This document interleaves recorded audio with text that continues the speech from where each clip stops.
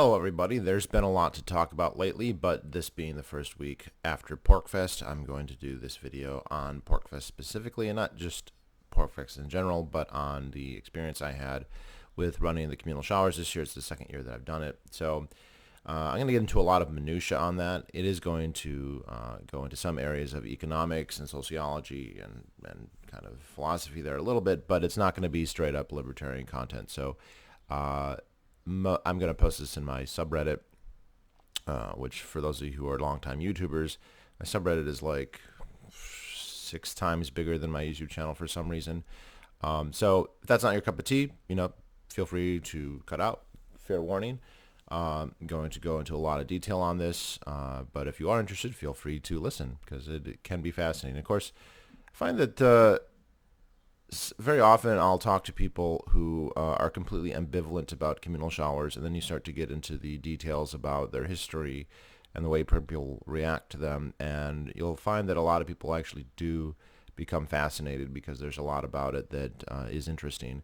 Although it could probably be said that almost any topic can become fascinating if you look at it in the right way or in enough resolution, right? Something that seems completely mundane and uninteresting can turn out to be really fascinating if you zoom in enough. So I don't know if that's anything special about communal showers, but it's something that I observed, including several times this week. So I guess I should lay out some context here. For those of you who don't know, Porcfest, also better known as the Porcupine Freedom Festival, is a festival put on by the Free State Project. The Free State Project is a movement of libertarians to concentrate their numbers and their influence in a single small locality. That locality was picked about 20 years ago and is the state of New Hampshire. It was picked for several reasons, one of which being that New Hampshire has one of the most accessible governments in the world. It's very easy to run for office and to get elected. It's very easy to have some kind of influence on the government as an individual. It also has a long history of libertarian leanings. Its motto is live free or die, and it's an attitude that does actually manifest, not perfectly of course, but better than most other states. It's a wealthy state, it's a nice state, there's a seacoast, there's mountains, there's lakes, there's urban areas, there's rural areas. It's pretty much whatever you want. You can find some bit of it here, and I had gone to Porcfest twice. I think the first time was in 2012, maybe in 2011. And after the second time, I decided that I wanted to move, and I did move to New Hampshire at the very start of 2014, so now I've been here for over 8 years. It's a great decision. The Free State Project has slowly grown in numbers and slowly grown in influence, and now it's a very powerful force within the state. 25% of the legislature are actually Free Staters, people who moved to the state. This is insanely high representation. It puts to shame any other group. Like if you look at the representation of Jews who are elected to Congress, they're overrepresented. But if you look at the number of Free Staters who are in the State House in New Hampshire, it's like 10 times more than that. So the Speaker of the House is a Free Stater, and they have basically a lock on the Republican Party in the state at this point. So it's done very, very well. Porcfest has been a big part of that. People come to Porcfest from all over the country and indeed all over the world. Every year I go, I meet people from other countries. This year I met people from Ireland, from Romania, from Russia. People from Israel always come, and of course all over the United States. And many of those people do end up eventually moving, like myself. So Porcfest is a really important festival for the Free State Project. A lot of libertarian celebrities go there.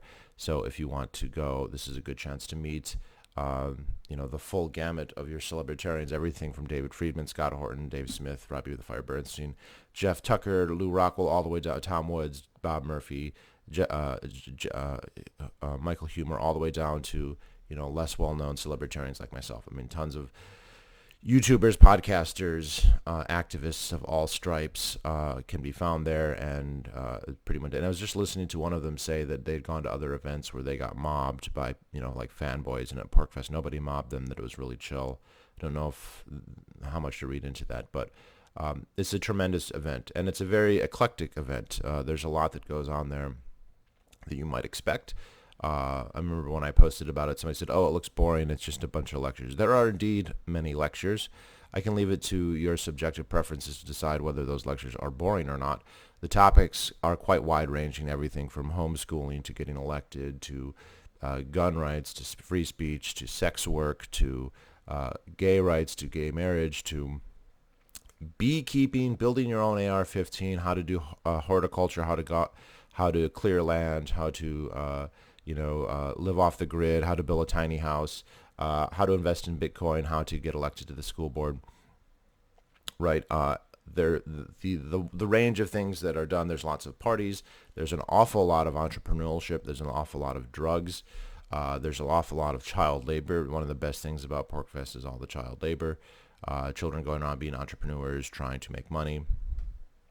This year, hats off to the 14-year-old who was walking around with two handguns, one on his hip and the other one tucked into his front crotch, who was walking around selling cigarettes, selling little bottles of liquor, selling condoms, and then selling bullets, and who also was using his products as well. Maybe to excess in at least one case. But yeah, there's also libertarians tend to be, all as in terms of when it comes to social customs all over the place. Many people who go to Porcfest are essentially hippies, and there's a lot of people there whose libertarianism is suspect, right? People go because it's a party, and there's a lot of people who, if you ask them what their favorite Rothbard quote, would say, who's Rothbard, right? They don't know.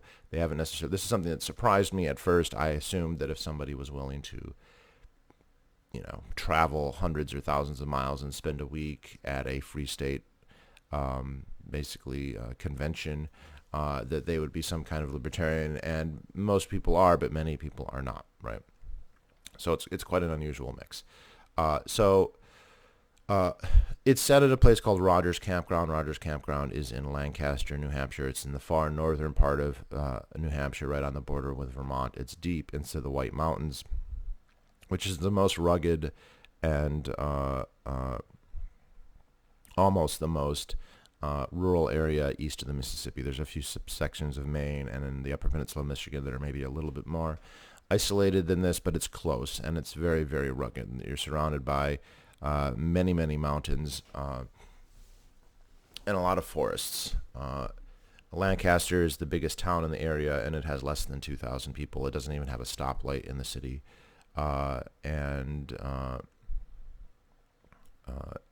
It's a beautiful campground. It has a full view of the presidential range, Mount Washington, Mount Adams, Eisenhower, very clearly Mount Cabot, all clearly visible. It's one of the most scenic spots you're ever going to find in the eastern part of the United States, if indeed anywhere else. But the campground is also very old. The campground, I think, was built in the 50s. It's been handed down through a family. The current owner is well into his 80s. And it's been, in the 10 years that I've been going, has been declining more and more. Now, even when I started going 10 years ago, it wasn't in great shape. A lot of the buildings were in disrepair. You'd go into the bathroom and the doors wouldn't work, the toilets wouldn't work, there'd be no hot water, there'd be no water at all much of the time. Some of the outbuildings would get damaged. I remember one year there was a fire, and the building was never repaired and was subsequently torn down. There is a large water slide that is built into a hillside. It looks like it would be a lot of fun. It looks quite, massive.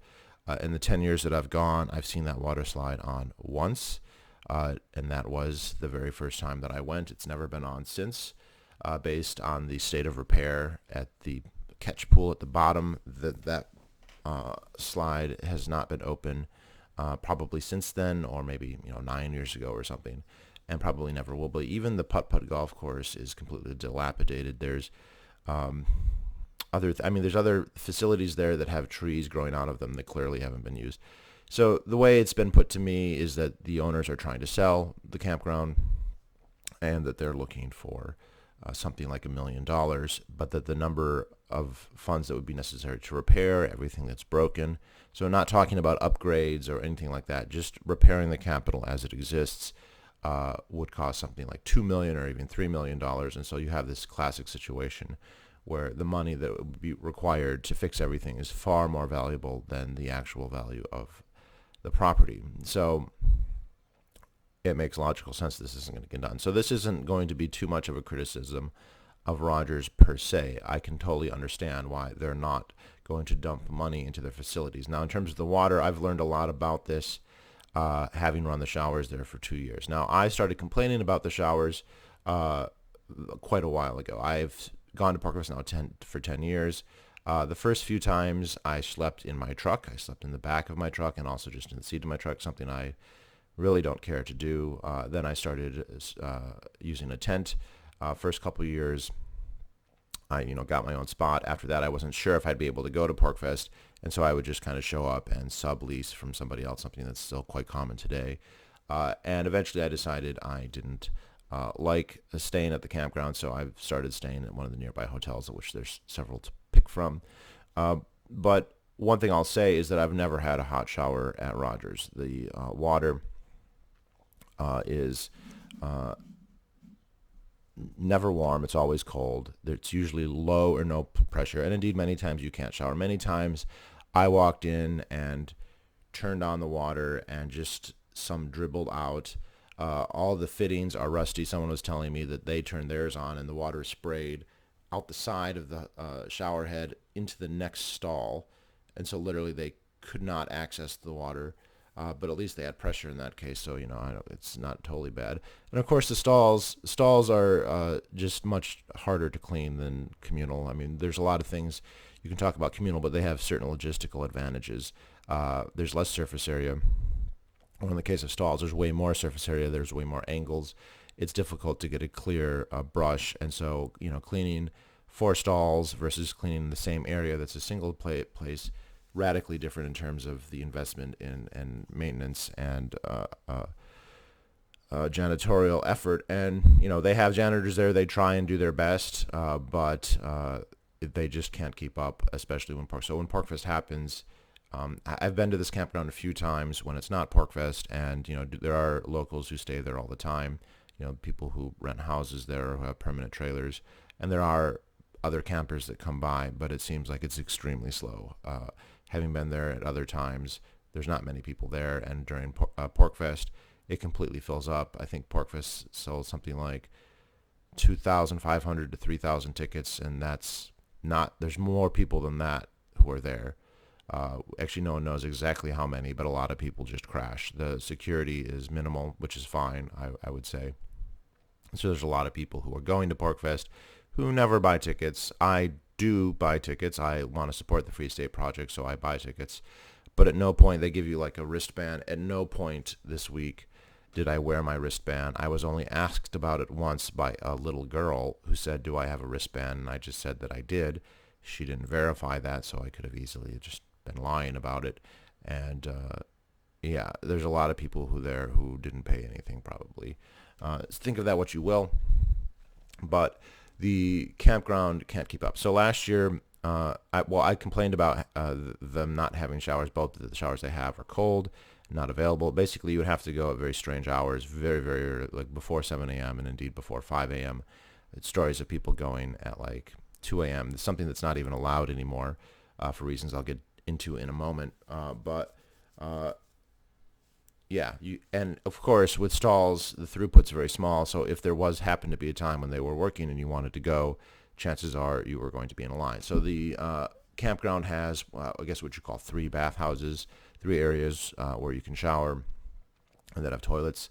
The Porcfest organizers are pretty good about augmenting the toilet situation. They bring in many, many, many porta potties, enough to more than cover that. So in terms of like going to the bathroom, not a problem at Porcfest because they're able to bring in these porta potties and they make up the difference pretty well. But in terms of showers, that's not something that they do or can do. And so each bathhouse has, I think, 4 shower heads per sex. So you got a men's and a women's room, and you're looking at 4 stalls each. You got 3 of them, so you're looking at 12 stalls for guys, 12 stalls for girls. That's not a lot when you figure how many people are at the event. Now, some people are staying in local hotels like I did, so presumably we could shower there. I never showered at the hotel this year because I was running my own, but in the past I certainly did that. And then you have people who are staying in some kind of trailer or whatever that has a shower. Those facilities, if you've ever used a trailer shower, I mean, they tend to be quite small and cramped and have low water pressure and suffer all the problems associated with that, but people can and do use them. So, needless to say, the facilities are not up to the festival in terms of enough people being able to shower at a given time or throughout the day. There's not enough water. There's not enough hot water. Their hot water heater situation is so bad that even the hotel they have there doesn't have hot water. I was talking to someone who said he was taking showers at like 2 a.m. at the hotel. I don't know the logistics of their hotel. Their hotel is right there on site. You know, they have the Rogers Motel, and no hot water there either. So anyway, I've been complaining about it both that the showers were just inadequate and also that they weren't communal. Obviously a pet peeve of mine, and you know, Porcfest being what it is, a lot of people said you shouldn't complain, you should do something about it. You should just run your own showers. Something that I was quite reluctant to do because I thought I would think about it for 2 seconds and realize, man, I'm going to have to bring my own water. I'm going to have to do my own drainage. There's going to be after a shower floor. And that's the minimal things. Plus, you probably want a changing area. You're going to have to staff it. You're going to have to find a way to monitor who's using it and get payment and whatnot. So it wasn't something I was really eager to do. I want to go to Porcfest to enjoy the speakers and to talk to people.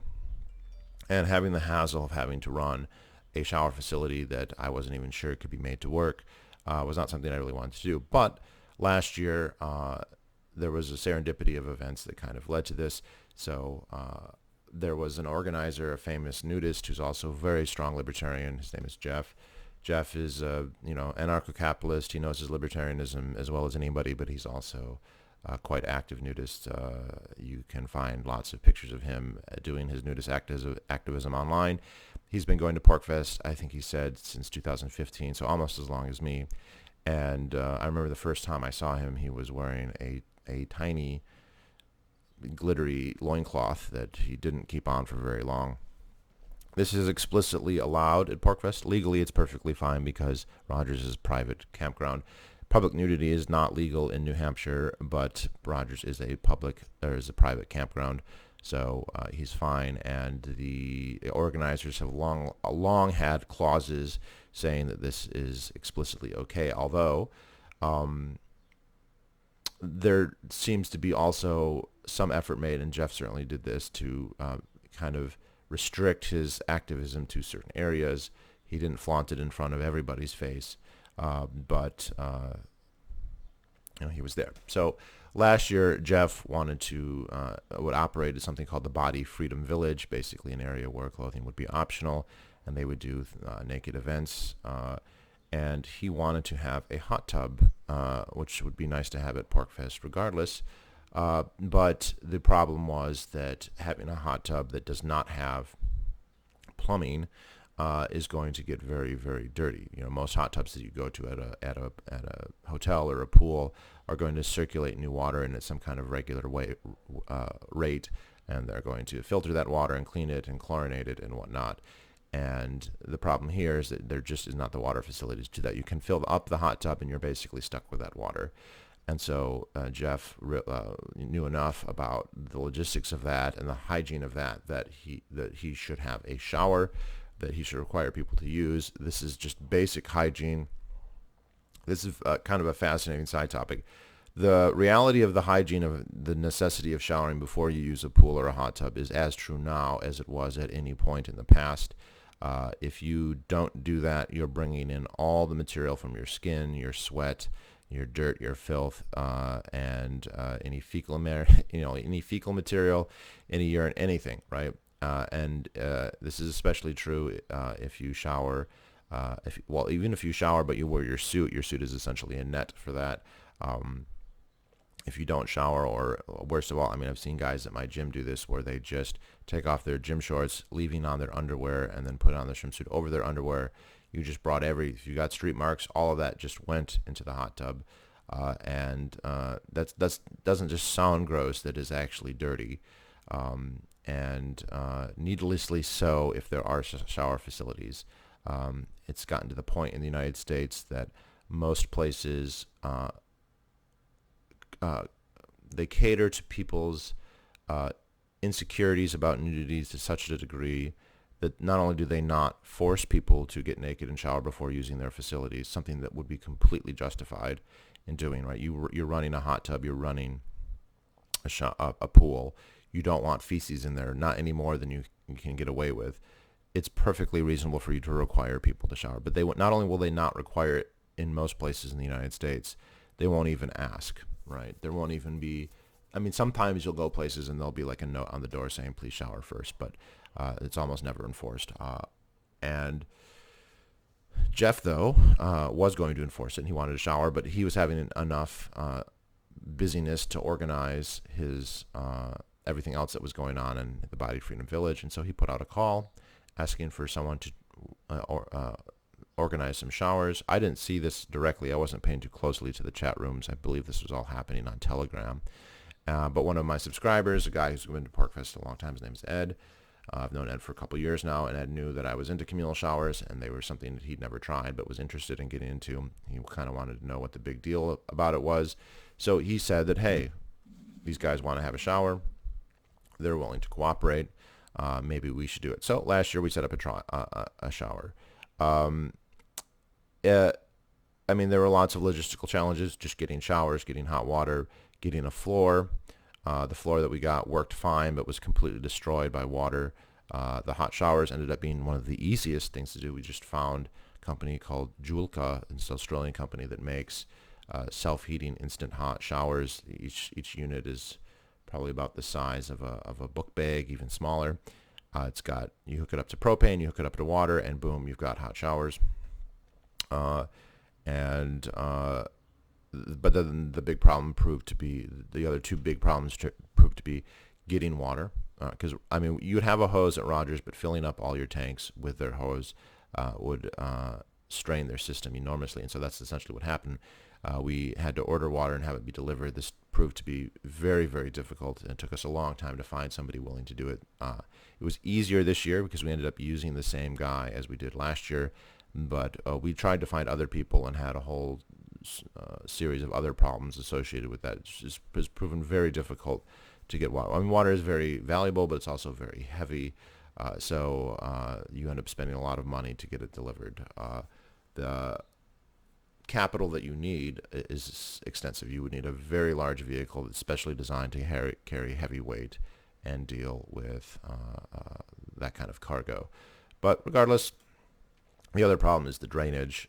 Where does the water go? Now, most campsites do have some kind of septic inlet, but getting the water from the shower floor to that inlet proved to be difficult. And I will say that last year we probably spilled 1,000 gallons on the ground. Not the best thing. The site was completely saturated by the time we left, and that was definitely something that we wanted to improve upon this year. But regardless, many people used the showers last year, and many people said that they really enjoyed them and that they became regular users. And so the decision was made by Ed and I that we wanted to do it again. We decided we wanted to go separate from the Body Freedom Village. That was a great collaboration with them. But we probably didn't help the number of people using the showers by having 7 or 8 naked gay dudes, as most of the people at Body Freedom Village tended to be. There were lots of straight people who used Body Freedom Village as well, certainly, but there also were quite a few gay guys.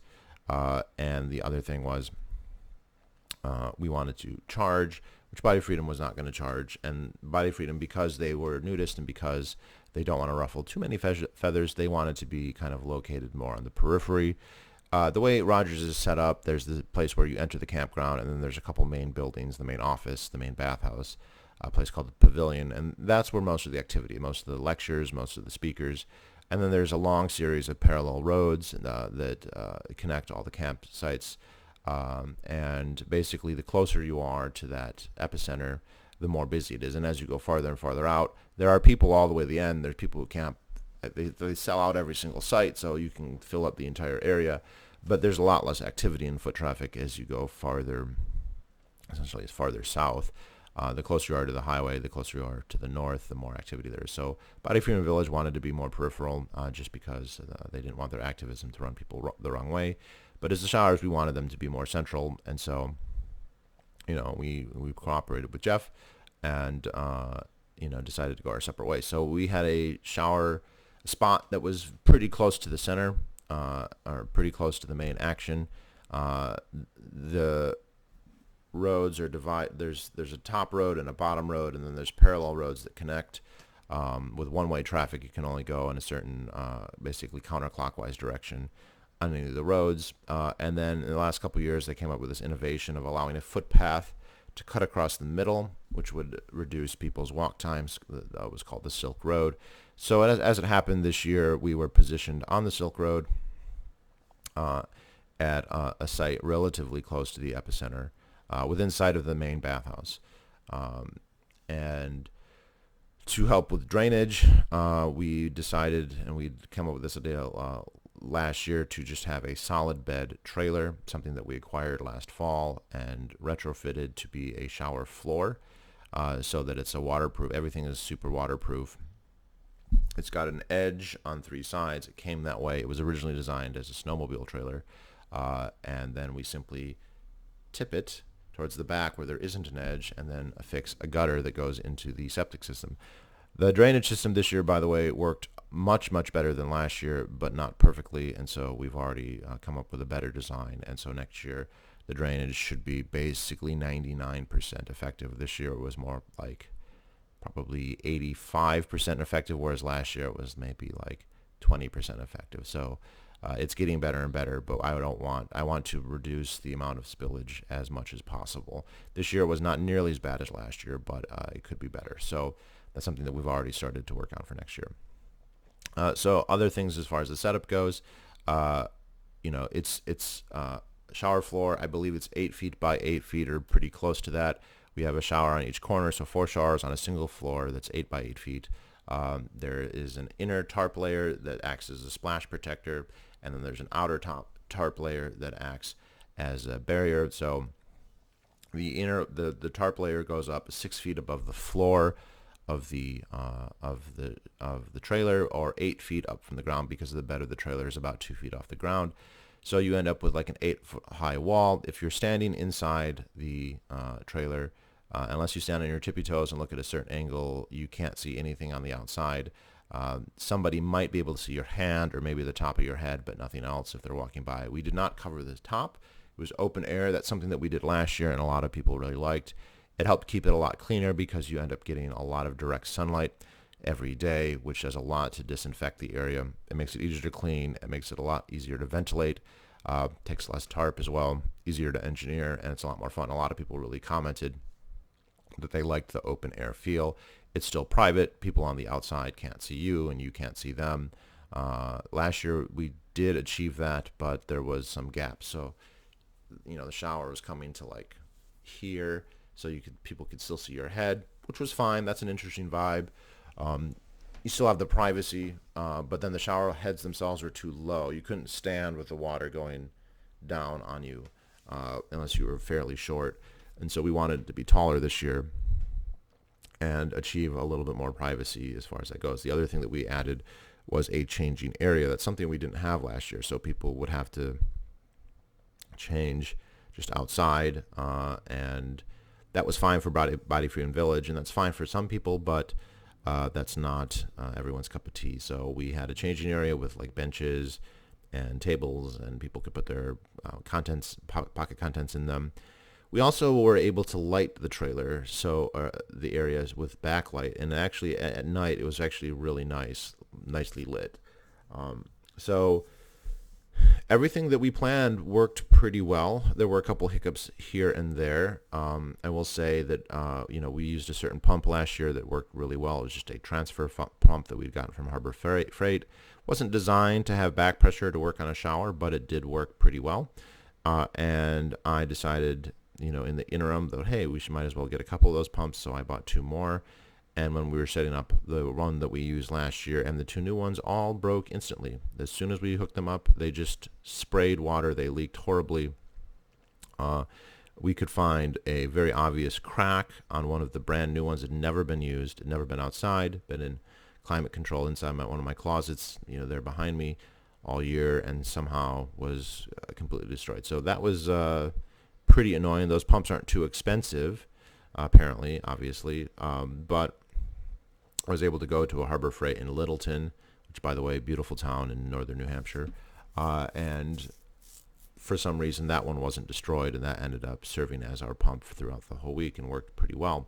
The pump was kind of loud, but I built a soundproof box. I had brought soundproof foam and nestled, I think, 3 Tupperware containers together, each with a new layer of the foam. And by placing that on top of the pump, it reduced its sound to very, very low. You could still hear it, but you could be sitting next to it and have a casual, normal conversation and feel no decibel pollution. So that worked very, very well. The drainage worked pretty well. Will work even better last year. The coverage worked very well. The showers worked well. They're a little bit touchy, so sometimes they would lose heat, but with a few quick adjustments, you can usually get them hot again. And so they basically served effectively throughout the entire week, with a couple minor exceptions. We had 2 spare showers in case one of them broke. And the way we set it up is when people showed up. So the way the pump would turn on, there isn't an on switch on the Julkas. You pump water through them and then they start to work. And we didn't want the pump sitting in there in the shower. We didn't want electrical wires in the shower. So what we got was a sump connector. It's like a float valve. You put this in your basement, and as long as the valve is down, it indicates that there's no water, or the water is at a certain level, and so the pump is off. If the float goes up into the air, which is designed to float, so if the water level rises, it goes up into the air. When it gets into the upright position, it will engage the pump. The pump will turn on and then lower the water, and the pump will come down. Now, we were not dealing with a rising or lowering water level, but we simply placed this waterproof device inside the trolley, mounted it on the wall, ran the power cord out to an outlet, then connected to the pump. So all you would have to do is place this float into a holding container, and that would turn on the pumps. I have a video of it some place that I might upload, and then it would turn on the pumps, and you'd have water in all 4 shower heads. You could then just turn on or off whichever shower heads you wanted to use, because there's switches to control whether they have water in them once they're on, and then go. We wanted everyone to keep their showers to 10 minutes or less, and we used one of the Jucolas as a model, so I'd have it up at the front table and would show people this is how it works, and everyone was able to figure it out. We didn't have anybody who got in there and who was like, I don't know how this works. So let's get into some of this. So the showers were co-ed. That's not my preference. I think I would much prefer having 2 shower areas, one for males, one for females. And I think that's just what most people are comfortable. There definitely were people who did not mind the co-ed, and they're the people that used our showers.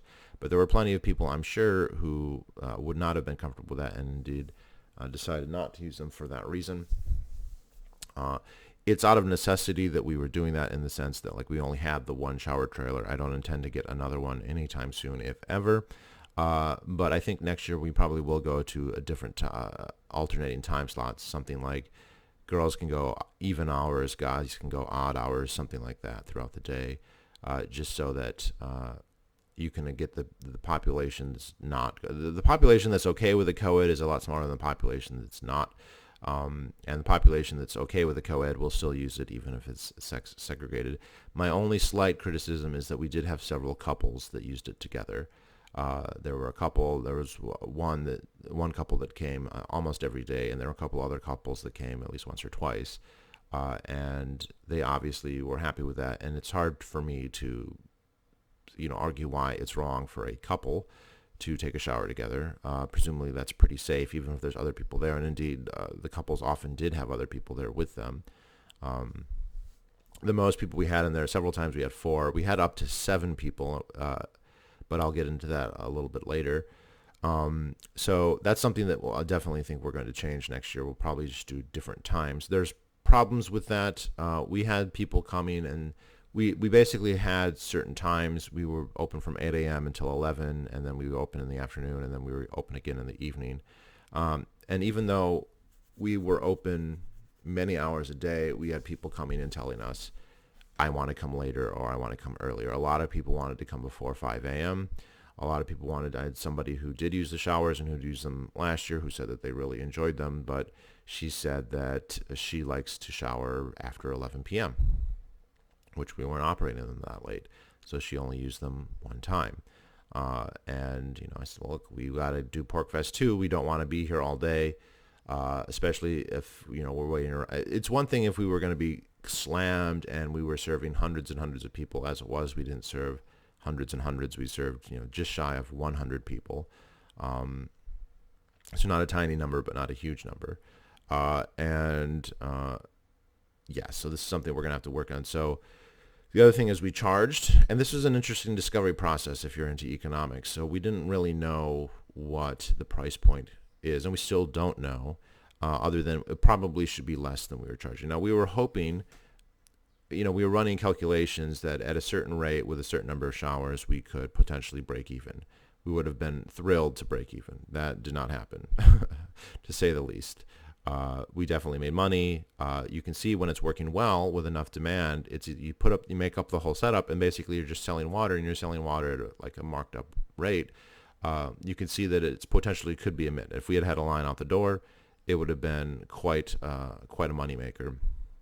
But we didn't have a line out the door, and part of the reason could well have been the price. So we were charging $10 for one person for 10 minutes, and there were indeed quite a few people who did that. So I tracked basically every shower. I kept detailed records of the age, sex, time, and size of the group for everybody who used the showers, include also if they were repeats or if they'd been there before. So I'll show that right here. So you can see a first-time user is indicated by an X. And you see the first days, they're all first-time users. But you'll see later there's O's. You have the time of the shower on this side. Time of the showers, the group size. So you can see 1, 1, 2, 2, 2. So group sizes. A lot of ones. There were more 3s and 4s later. And then you can see that the first customer was a male who came at 8:09, and I didn't ask him his age, but the estimate is 41 to 60. He looked like he was more like in the 40 range. The next customer came at 10:23. They were a male between 23 and 30. Now, to see this first line, you can see that first day is Tuesday, so it took us until that day to set up.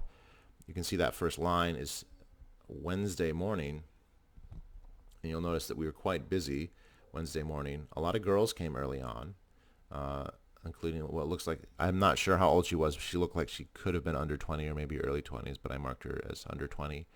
But this period, the showers were free. We did showers are free this morning, and you can see, whereas we had 2, 4, 6, 8 people total on the first day, the second day, not even the whole day, just in the morning, 2, 4, 6, 8, 10, 12, 14, 15 people. The line out here, this is a guy who took a look at the showers, or he said he wanted to use them. They were free, so he didn't pay anything. And when he took a look and saw that they were communal, he said, and I quote, "They're not for me." So I recorded that.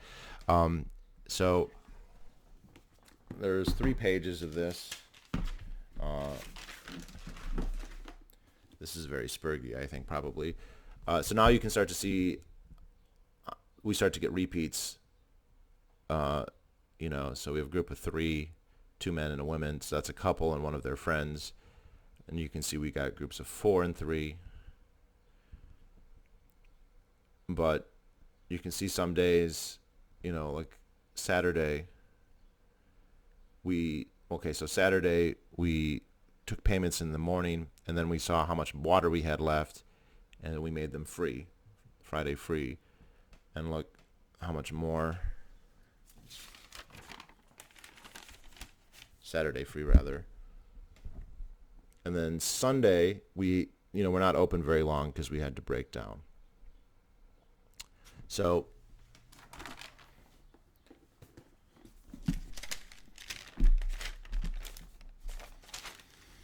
these are the totals.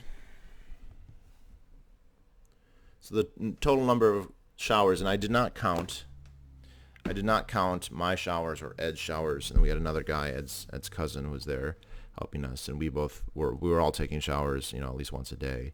Did not count those, but everyone else, I think I got. It's possible people took showers I wasn't there and didn't notice, but I don't think so. We weren't typically allowing that, so this should be a fairly good read. So sold total of 82 showers. If you count up the actual individuals, the actual number of individuals was 62. So we had people who did repeat. There are a couple who came quite regularly. There's one married couple who came pretty regularly. Number of males, and this is where it's telling. The number of male individuals.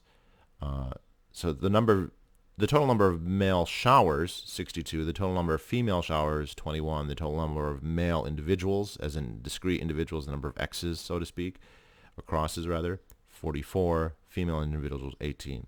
So a huge sex difference. I think that's even more than last year. So,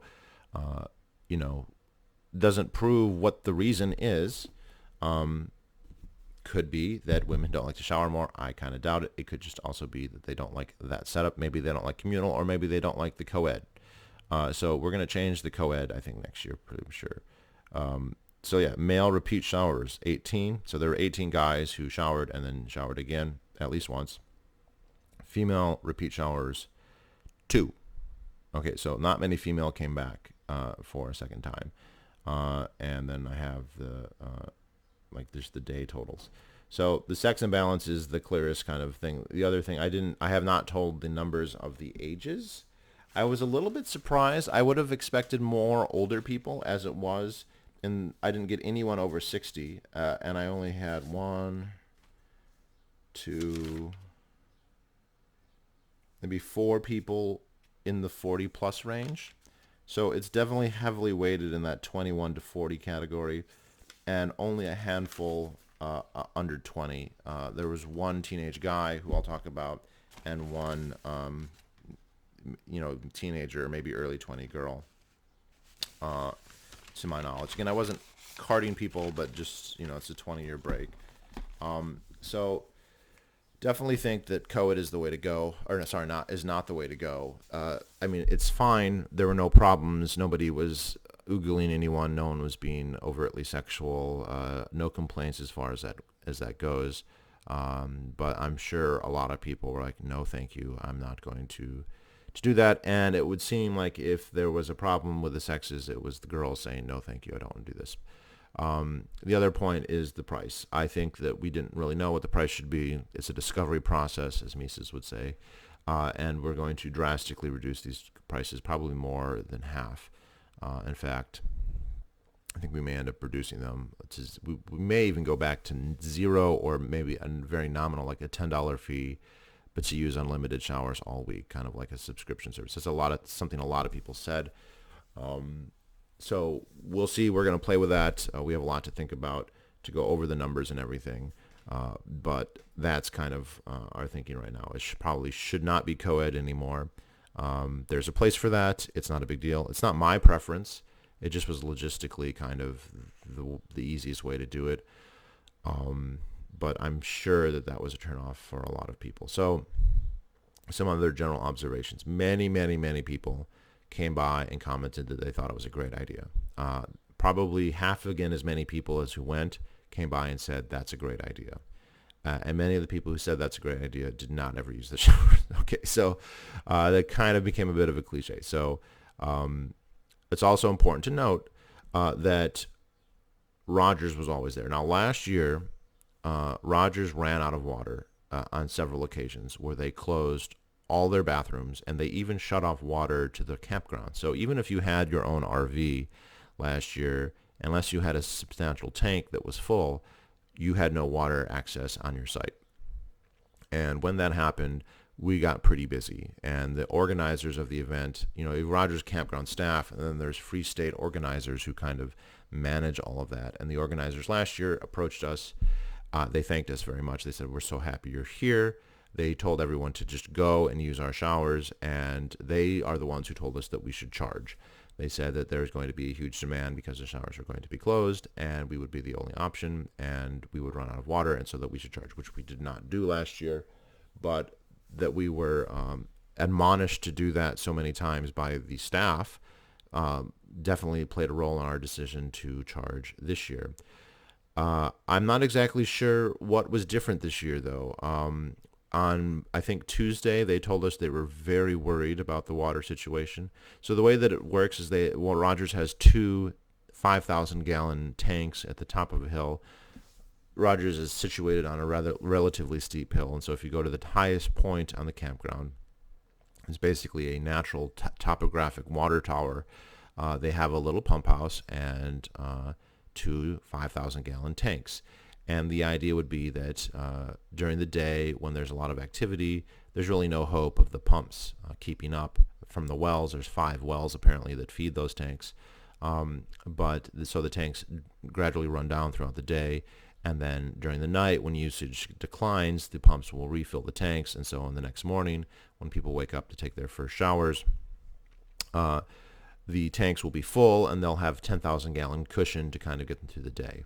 And what was happening last year was the water table was low enough because there had been drought conditions. And, you look around, you don't see any brown. Everything is green, and the rivers were flooded. But still, I guess the water table was low.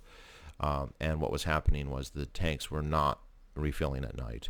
And as soon as around 7 a.m. hit and you started to get the first big wave of showerers, the water level just precipitously dropped. And so they started to close the showers. And this year they talked about doing that, but by Thursday they said everything looked good, which did not make sense to me because it's not like it rained a ton. It rained a little bit early in the week, like on Saturday and Sunday, before Porcfest even began. It didn't really rain much throughout the week, other than like maybe 1 hour of hard drizzle one night.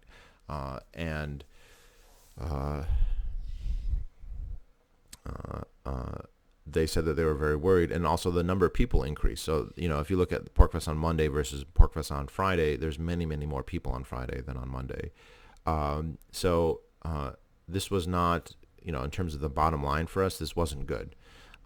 If they had actually, there were times where they closed certain shower stalls or maybe a bathroom, but at no point did they close all the bathrooms except at night. So they would close the bathrooms after, I think, 10 p.m. at night and reopen them around 6 a.m. I think this was explicitly to give the pumps a chance to refill the tanks at the top of the hill. This was never explained to me, but it seems like that was likely the case. So I didn't keep as good track last year. I did tally the number of people we had last year. I should find that number somewhere.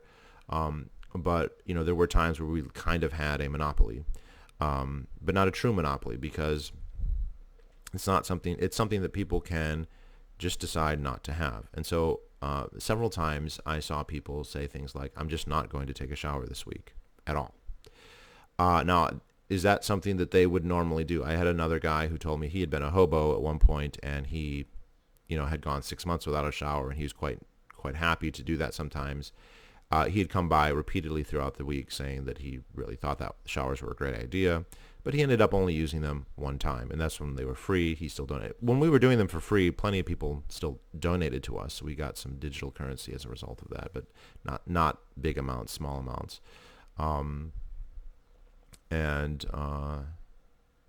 So they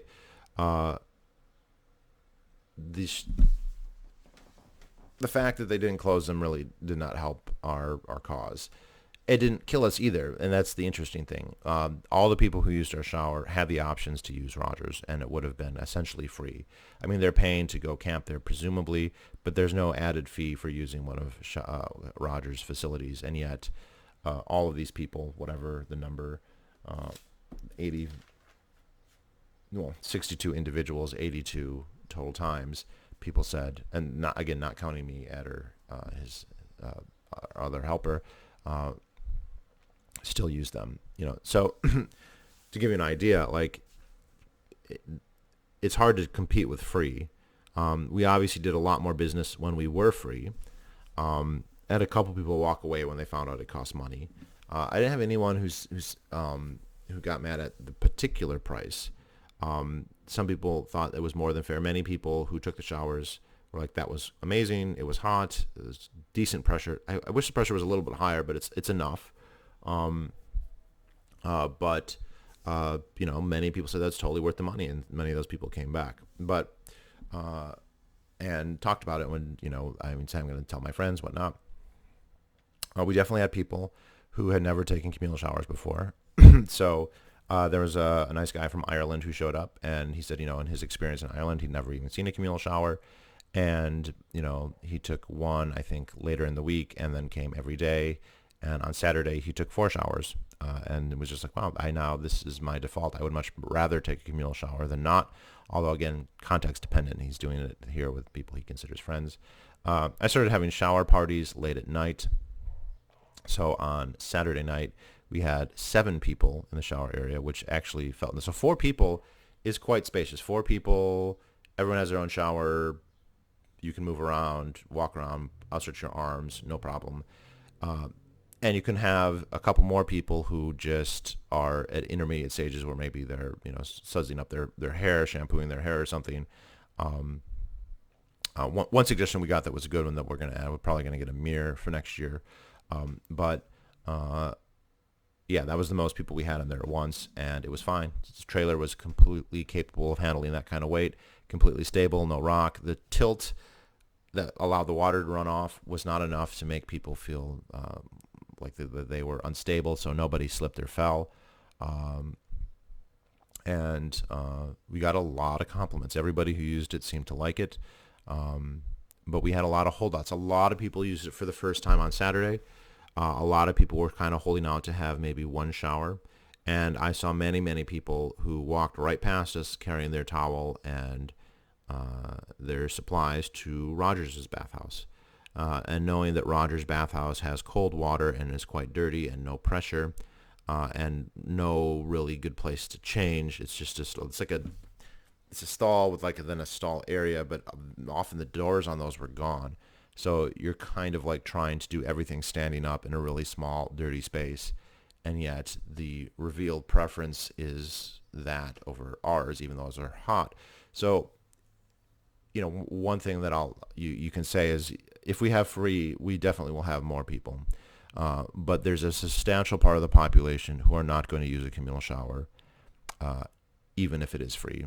And then there's another margin of people who will use it if it's their only choice. Like if Rogers had no water, there are some people who say, okay, fine, I will do it.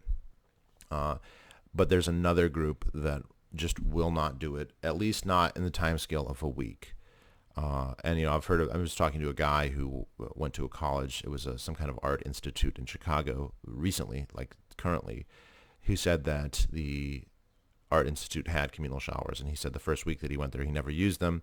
He refused. He was just, was not about that. It was not for him. But eventually his need to take a shower grew, every day until finally the cost of not doing it was higher than the cost of doing it. And he did it, and he got over it right away. This common phenomenon that you see with communal showers. It's very much a green eggs and ham effect where I'm not going to do it. I don't want to do it.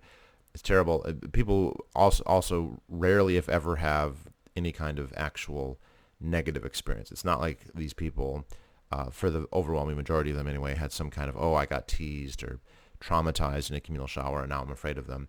That hypothetically can happen. I'm sure if you multiply millions of times, it has happened. But the vast, vast majority of people don't like the idea, even though they've literally never done it. And so that is quite a hard hurdle to overcome. I don't believe in mandates. I believe in persuasion.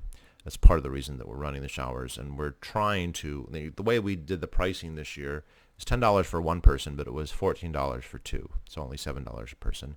It was $18 for 3, so only 6, and it was $20 for 4, so only 5. And that was quite deliberate. The idea was that you would encourage people financially to go in groups. And there was only a very little bit of that. Most people just wanted to take showers and get it over with. And they were happy to pay $10 even though they could get them free at Rogers because, they were hot and they were more spacious and they were cleaner. It was much easier for us to clean. I could clean the entire space with Lysol and a brush in 3 minutes.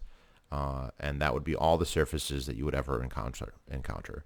And it was getting several hours of direct sunlight every day on the floor, which is going to kill everything, basically, if the Lysol doesn't, which, so clean, it was good.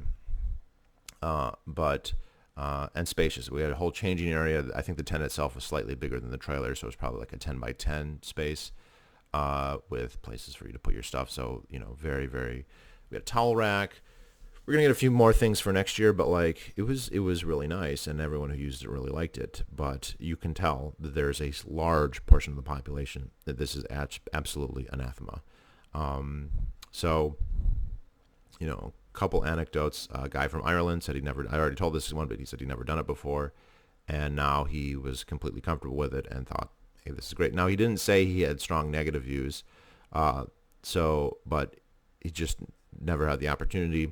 But having done it now, he goes, I would definitely prefer this over any other type of shower. And then the other one, a couple people asked about this.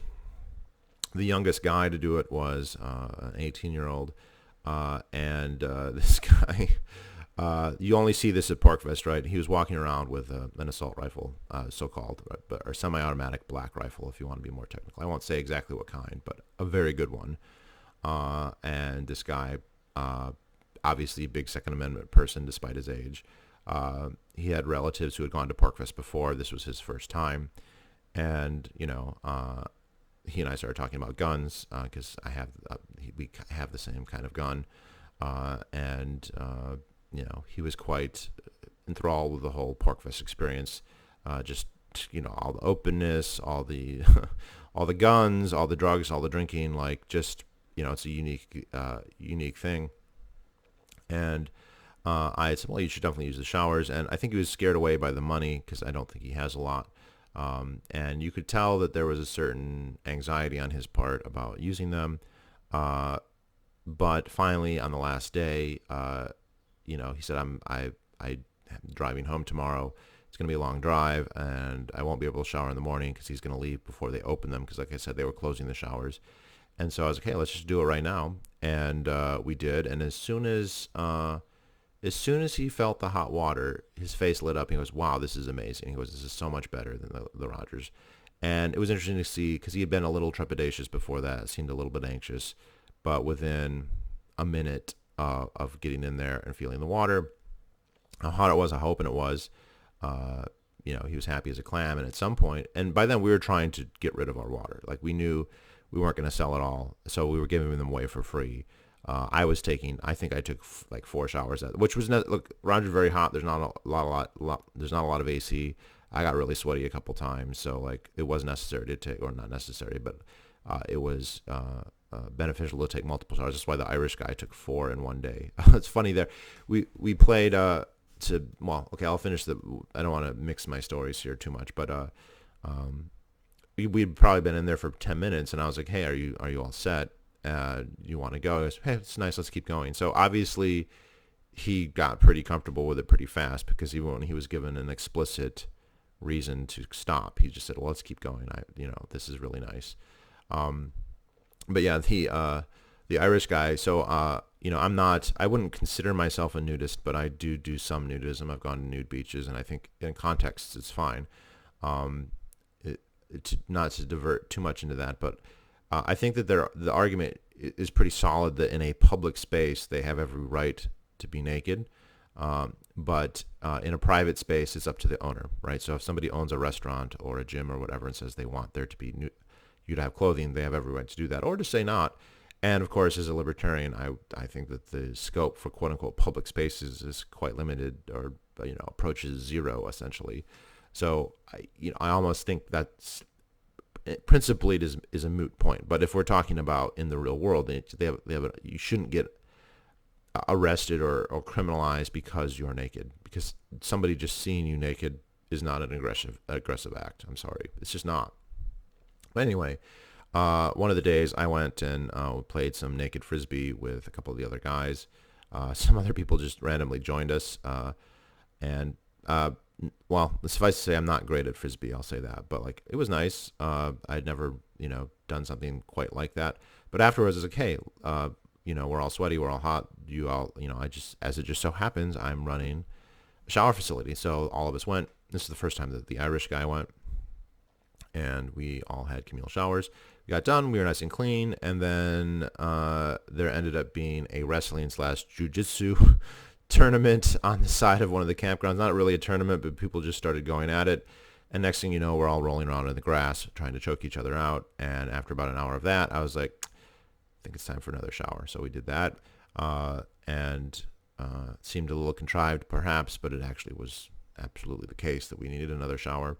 So yeah, that's what happened. So I think next year probably going to go free or a subscription model, kind of leaning towards you become a member for $10. You can take unlimited showers. You can bring people with you.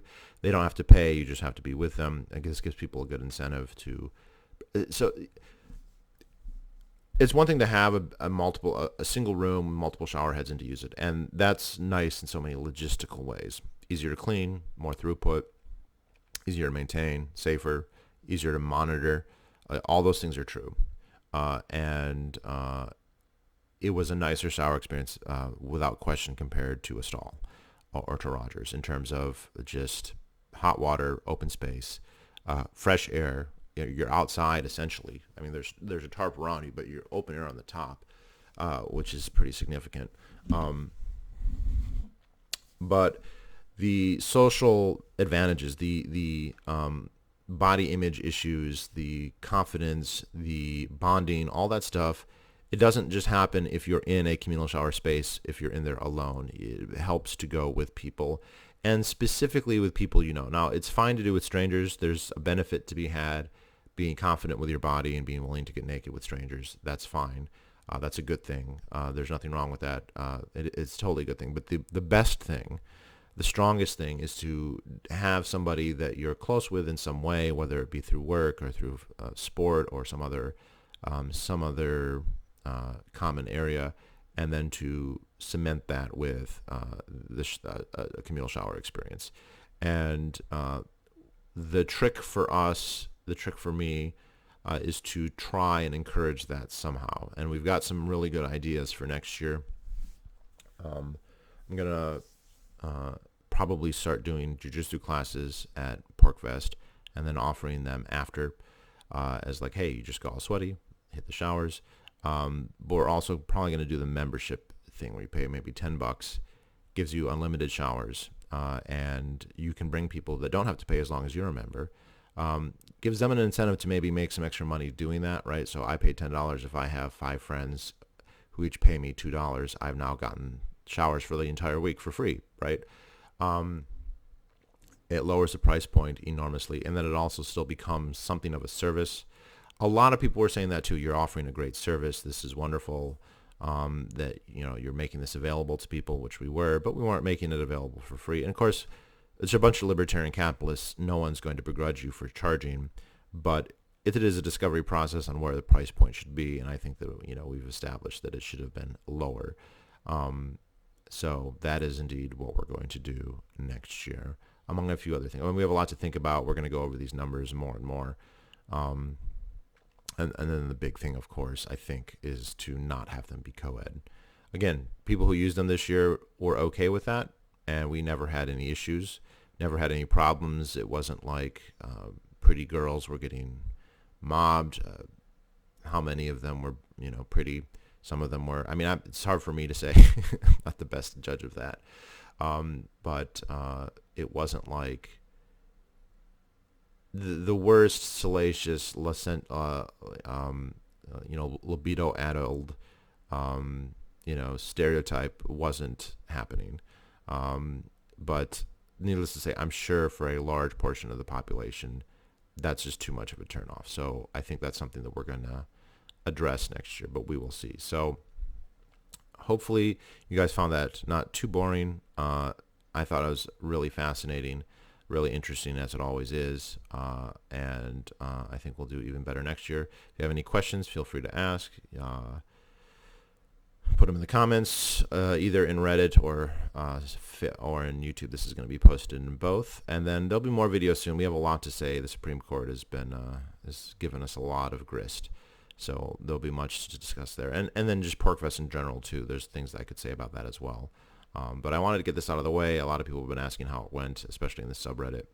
I posted that it had happened, and people were asking a lot of questions about it. So if you have any more questions, now you have kind of the full context here. You can watch the video, and if you have any further refined questions, I'd be happy to answer. And oh yeah, also I met people from the subreddit in the showers. Somebody came up when we were doing them free, like literally a minute before we were going to stop, and said, "Oh my gosh, are you still doing them free?" And I was like, "Yeah." He's like, "Okay, I want to do one." I'm like, "Do you want a towel?" And he's like, "Oh yeah." And he ran away and came back with a towel. And as you know, we were showering, I was like, "Oh, I'm the head of the Communal Shower subreddit." He goes, "I'm in that subreddit." And I checked, and he actually was. So he just didn't realize I was I guess, in charge of it. So yeah. So anyway, I guess that's it for now. I hope this wasn't too boring. If you're, one of my libertarian subscribers who's not into communal showers, if it was, then wow, I don't know why you sat this long, but kudos to you. And for everyone else, have a great day.